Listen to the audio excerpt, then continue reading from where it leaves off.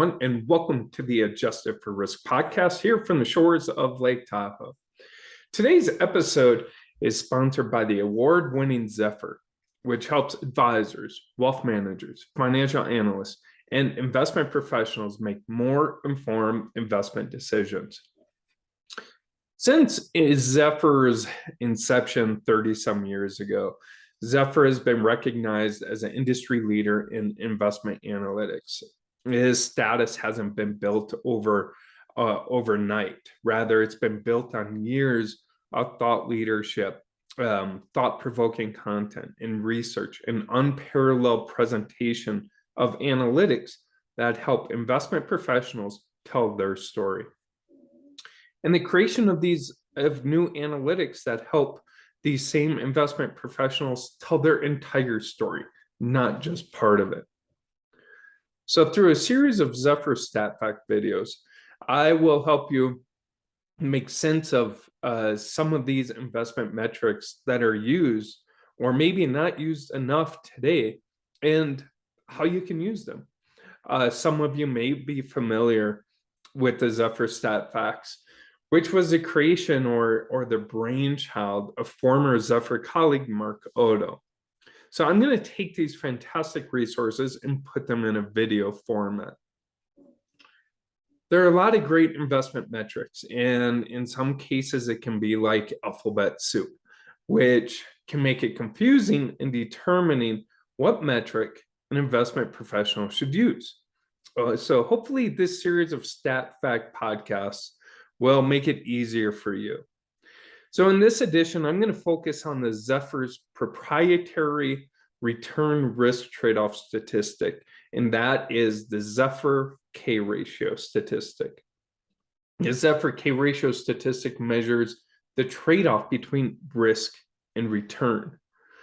Risk-adjusted return metrics like the Payne ratio and the Sortino ratio are very popular for numerous reasons.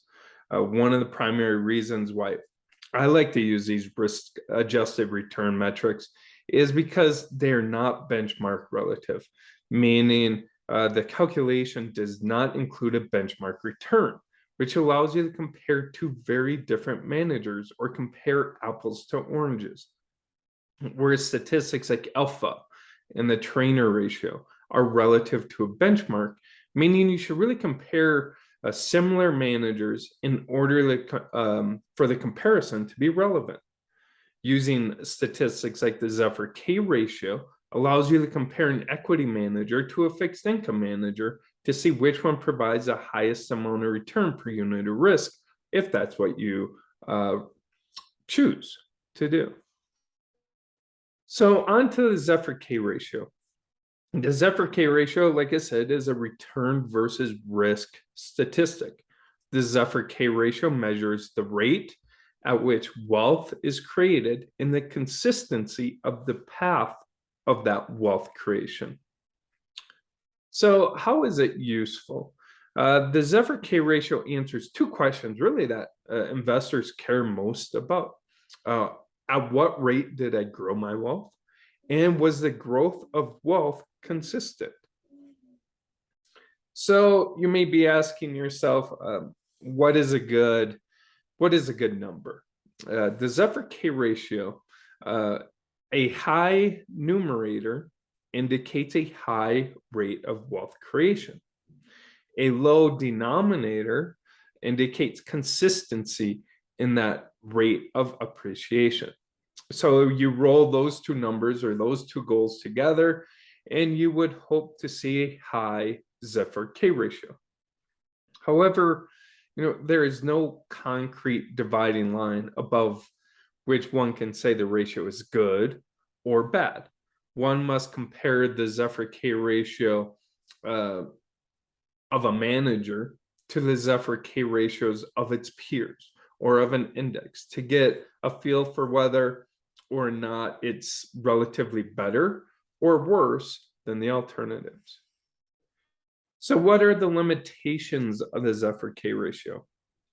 The K-Ratio quantifies wealth creation and consistency using methods more commonly found in pure statistical analysis. So The mathematical techniques behind the Zephyr K-Ratio are well established and frequently used in the world of statistics. However, it tends to be difficult to easily explain the inner workings of the calculation, especially for people that may not be good within statistics or have a deep knowledge of statistics. So it can be more of a complex calculation. What are typical values? The values typically seen for Zephyr K-ratios will vary widely depending on two main factors: the asset class and the time frame being analyzed. Looking at asset classes over long time horizons, we see that investment grade fixed income investments exhibited the highest Zephyr K-ratios. This is driven more by consistency of wealth creation rather than the overall absolute return. Those asset classes that are more momentum driven, say like emerging markets, tend to have lower Zephyr K-ratios. While emerging markets have offered long-term wealth creation, the fact that the returns are so feast or famine leads to lower Zephyr K-ratios. That inconsistency of wealth creation hurts emerging markets. So that's going to end this version of Zephyr StatFacts. You can watch the previous Zephyr StatFact episodes of Adjusted for Risk podcast on our Adjusted for Risk YouTube channel. Thank you again for tuning in. And you can also find additional content on a wealth of insight from 6,237 feet website. Thank you very much and have a great rest of your week.